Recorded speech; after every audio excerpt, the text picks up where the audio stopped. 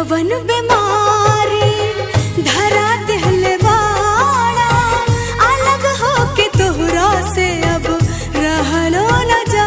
कैसे हो जाला प्यार अखिया के लड़ते लड़ते हो, कैसे हो जाला प्यार अखिया के लड़ते लड़ते हो।